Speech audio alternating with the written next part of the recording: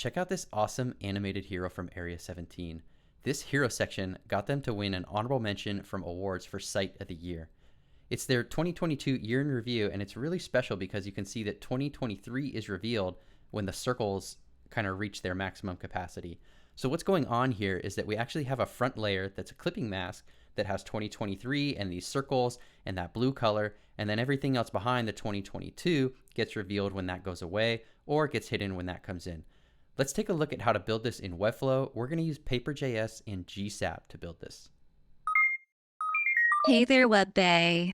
All right, here we are in Webflow. Let's start off with this class of wrap that actually has no styles applied to it. It's just a wrapper for everything else. Now, first thing is that Paper.js is going to need a canvas embed. So I've got a custom code embed, and if we open the code editor, we'll see it's just an HTML canvas element with a class of paper canvas and an ID of paper canvas. Now, I also have the SVGs that I pulled from the Area17 website. I've got one for 2022. So if I open the code editor here, you'll see it's mostly just some SVG code all in one path, and I gave it an ID of 22SVG. This is going to come into play later when we target it in our code. Also, I have the SVG for 2023. Same story here. I have an ID of 23SVG right here. Now, both of these are just actually one path element, and this is what's called a compound path, where we have one path that's made up of multiple subpaths. This could come into play later with our code and as we're changing things with Paper.js. So that's everything inside wrap. I have an HTML embed outside of that. If I open the code editor here, we'll see I'm defining that class of paper canvas. I just want to make sure that our canvas takes up the entire screen. So I'm giving it a height of 100% and a width of 100 VW, putting it on top and giving it position absolute. The last thing to do is we'll look at our page settings here. If I click the gear icon and scroll down.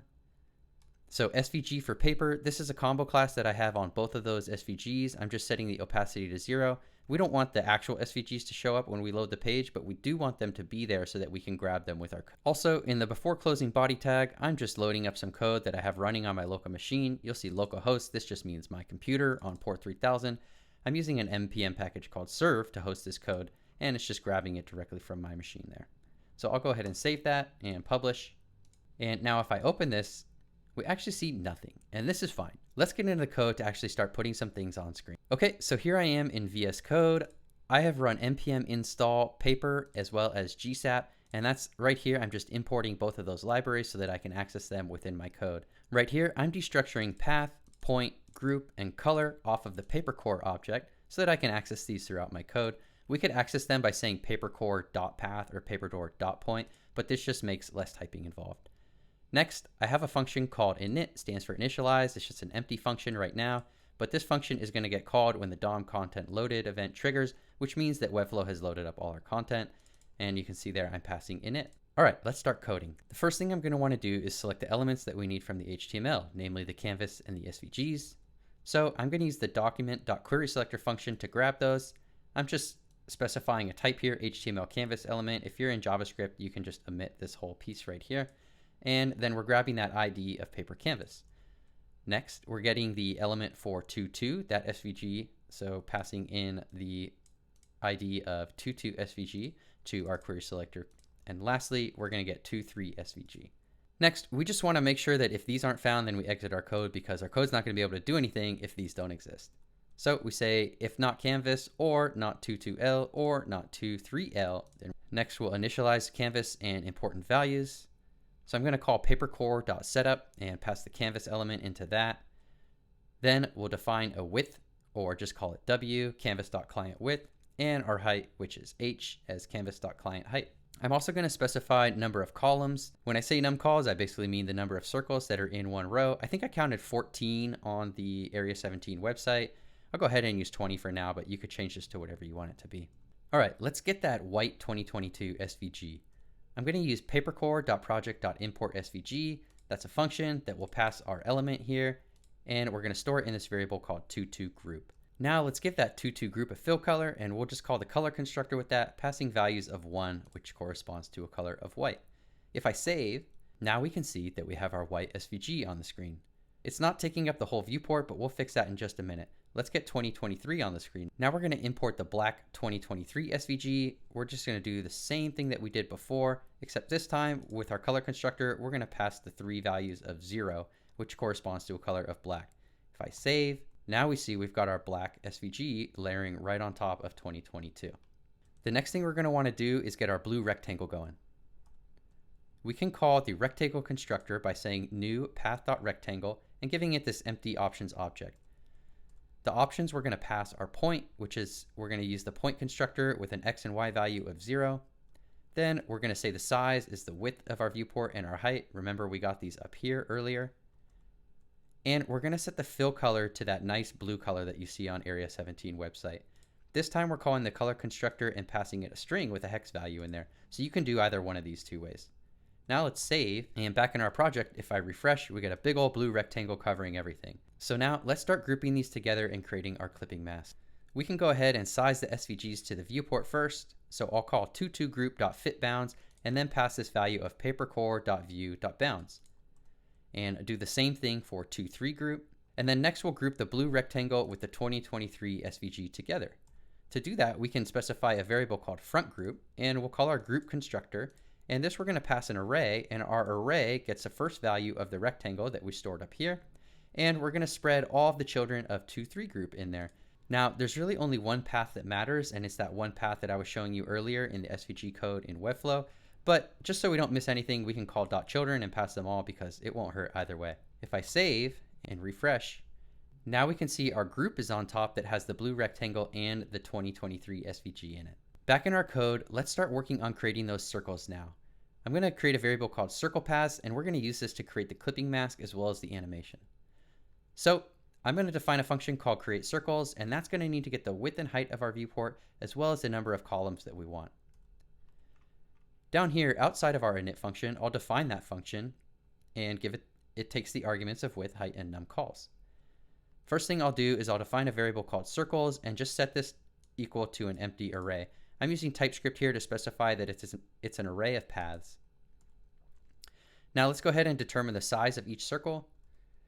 I want the space, or in this case really the diameter, to be equal to the width divided by the number of columns. And then I'll loop through width and height, incrementing by the circle diameter each time. So I can just do a nested for loop, and you can see the first for loop this is going through our width, so defining the rows, and then the second one is defining our columns, going through the height of the viewport. Now for each iteration of this two-dimensional for loop, I'll define a variable called circle, and we'll call the path.circle constructor on it, again passing an empty options object. The first option we'll set is radius, and I want that to be space divided by 2. Remember, space is pretty much the same thing as saying diameter in this case. Next, we'll specify a center point, and we'll use the point constructor on that. We're going to take our x and y values from the loop and add the radius to that because we want it to spawn in the center of that cell. Next, I'm going to say apply matrix is false. What this does is this helps us speed up the performance of our animation by skipping recalculations that we don't need. Once I've made that circle, I'm going to add it to our circles array. Remember that we defined up here, so it's global to this scope. And then we'll return it at the end of this function. So now we have our circle paths up here. And what we want to do is create a clipping mask from our circle paths, the blue rectangle and the 2023 SVG. Remember, we already grouped those together, so now we'll just make another group with circle paths in it as well.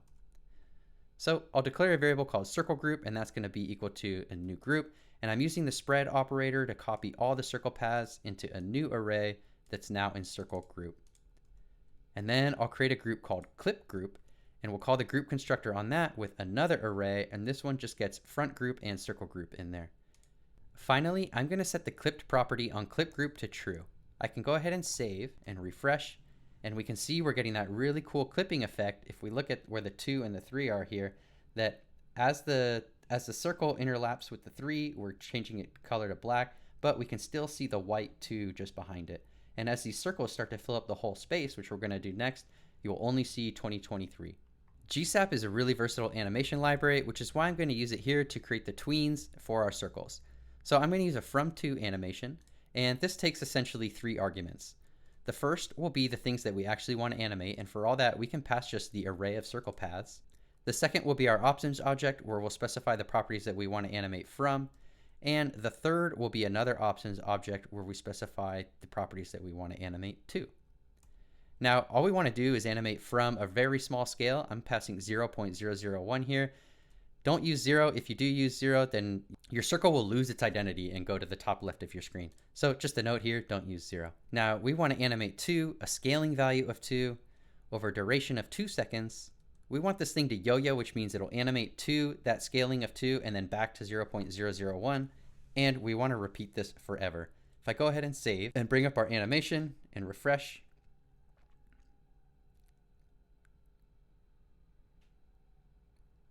we can see that we've got this thing animating with circles and we're getting our clipping effect just like we want. Now we can add a little bit more spice to this animation by using GSAP staggers, so let's do that real quick. Back in the code, all I have to do is set stagger equal to something small like 0.01 and we're going to see a really cool stagger effect. I'll save, come back and refresh, and we can see we get kind of this transition effect going on. Really nice from left to right, and then it's going to yo-yo back to the left. Left to right, yo-yo back to the left. Now I'm noticing this actually isn't taking up the whole space of the screen, so let's go into Webflow and change that real quick. Select our wrap element and set the position to relative. Now go ahead and publish. We'll see now our SVGs are taking up the entire screen width, so that's great. Our wrap was limiting us there. We can get even goofier with our GSAP stagger property by passing in an entire object. If this has a property of each, we'll keep that at 0.01. We can specify where to start animating from, and we'll put the yo-yo and repeat in here, delete that extra comma, so that it repeats immediately, not waiting for the entire tween to finish. If I keep the repeat up here, it's going to wait for the entire thing, but if I put it in the stagger option, then it'll just, each individual one will repeat once it's done with its tween. So let's save this and see how it looks. Pretty cool. So now this thing's animating from the center. You can change that up to something, let's put random here, save.